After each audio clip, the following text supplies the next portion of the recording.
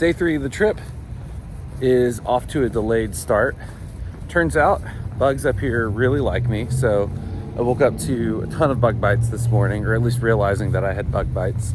So quick pit stop at Walmart set me back a few minutes because I can't find anything in there. Hey mate, where are your Pete Strabbins? Aisle 300 left at the fake grass. If you hit a flamingo, you've gone too far. And the goal today, 4 parks, 1 day. I just stepped in a giant puddle of water.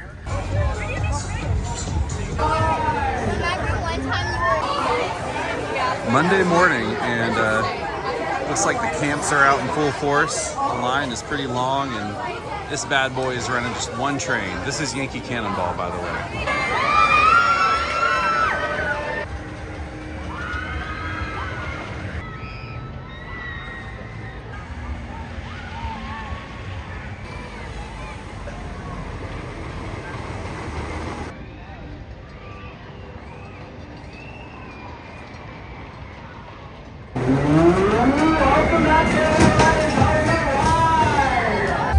Okay, so just finished Yankee Cannonball. That was a lot of fun, especially for as old as that coaster is. It was super smooth. I did front row, but there's a really cool airtime moment as you jump into the turnaround heading back to the station. Even in the front row, that was pretty good. So if you're a pinball enthusiast, they have a whole pinball arcade.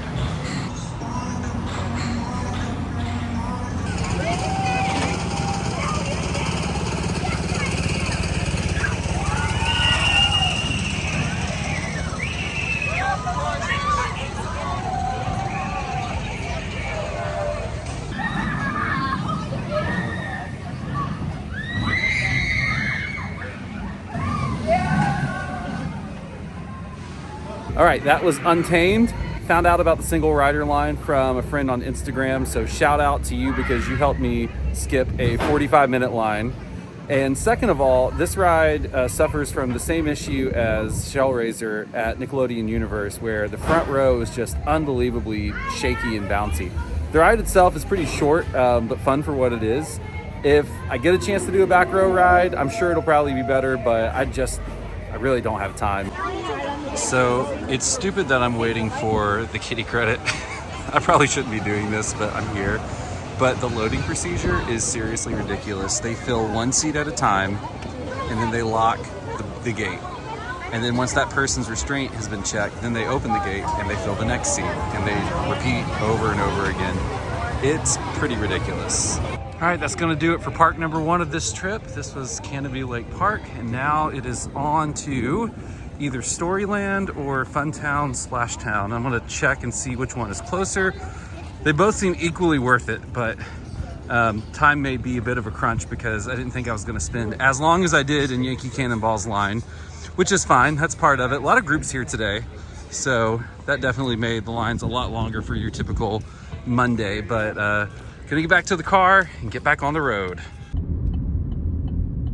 Parking at Funtown Splashdown, and this is what I'm greeted with. Hello, Excalibur. So I can't find Excalibur, but I did find the Wild Mouse, and it's basically Gotham City Gauntlet, just minus the theming, but it rides a lot better. So who knew? I had to come to Maine to find a good Moor mouse.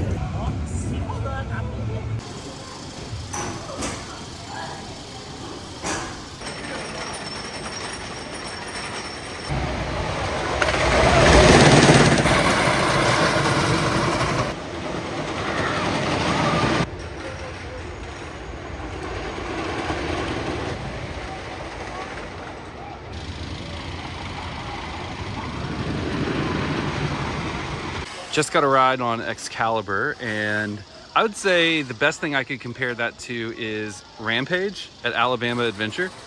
And I like Rampage, and I like Excalibur. It's very lateral focused, and that's not really my thing. But, I mean, for like the ride as a total package, I thought it was pretty well maintained, a little bouncy in spots. But overall, thought it was good and definitely worth a visit if you're in the area. So this is the quickest visit I've ever had to a park. I might have been here 30 minutes, and I think I actually have time to get to Storyland so I can ride Roarosaurus. The road is really testing my patience right now. So I'm behind a lot of cars. We got stopped in a construction zone. There's a giant tanker in front of me, a school bus, and a tractor, basically, a farm tractor, all on the road.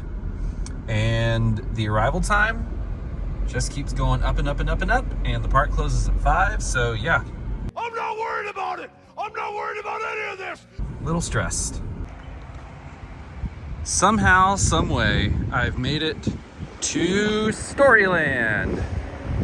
So let me talk to you about getting to Storyland, at least from where I was in Maine. So I was at Funtown Splashdown about an hour and a half ago, and I had to drive up something called Hurricane Mountain Road.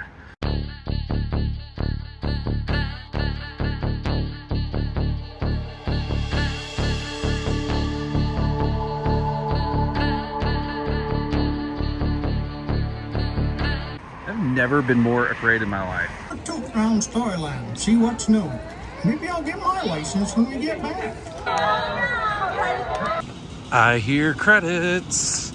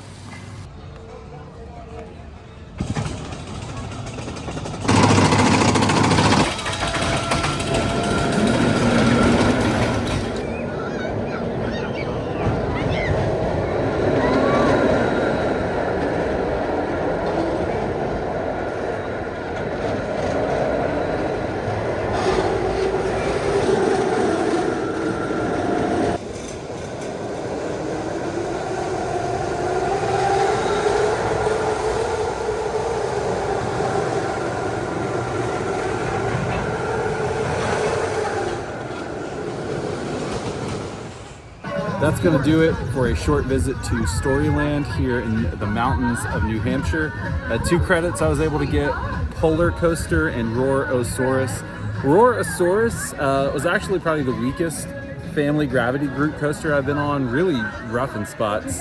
But Polar Coaster was, if I can say it right, that was surprisingly delightful. They're all family coasters here, but Polar Coaster definitely was my favorite out of the 2. So now I'm going to try and get back to Maine and go to Palace Playland. They didn't open their rides today until 4, and right now it is 4:50. So gonna try to make my way back down there. On the website, this is a fun little tidbit. It says that they don't have a closing time. They just close depending on weather and park attendance. So who knows what it's gonna be like when I get there, but we're gonna try. Also, something cool, because I got here with an hour left before park close, they gave me a return ticket. All right, I parked, and now I'm walking towards the final park of the day, which will be Palace Playland here on Old Orchard Beach in Maine. So that'll put a cap on 4 parks in one day. So long as the coasters are open, this mission will be a success.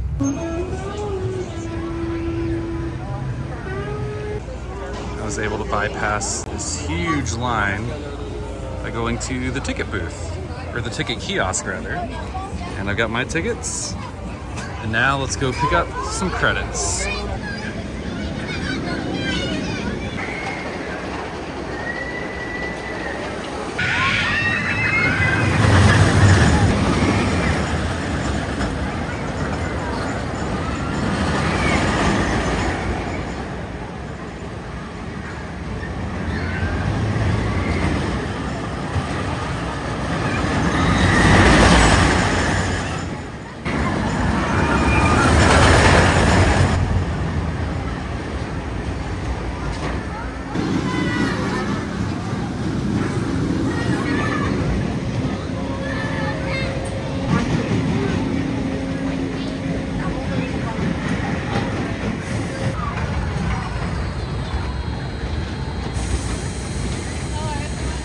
So it turns out there's 3 credits here at Palace.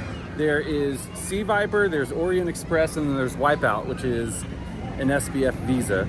So if you're coming here just to get the credits, I bought 2 sets of 10 tickets and it was $34. I think you can buy like an all-day wristband for $40, but I knew I was only going to ride these once, and I still have tickets left over, so if I wanted to re-ride, I could.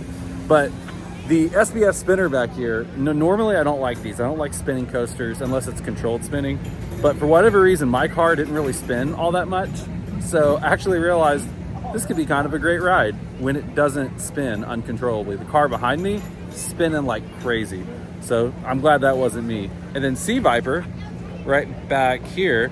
I didn't do my research. I don't know who makes this, but it was fine for what it was. It was pretty smooth. So no complaints, a lot of laterals, no airtime, but again, I wasn't expecting airtime. So yeah, this is a fun little place. I'm gonna stop and get some dinner because that concludes 4 parks, 1 day here between Maine and New Hampshire. Didn't think I'd get it done, but somehow I did.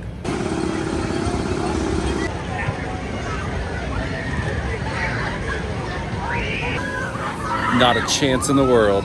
It's interesting how at the first leg of my trip, I was at parks that would not accept cash. They got big signs all over the place, we're cashless. So I withdrew some cash and just started spending it elsewhere and ran out of it by the time I got to here. And basically everything on Old Orchard Beach is cash only, so womp womp.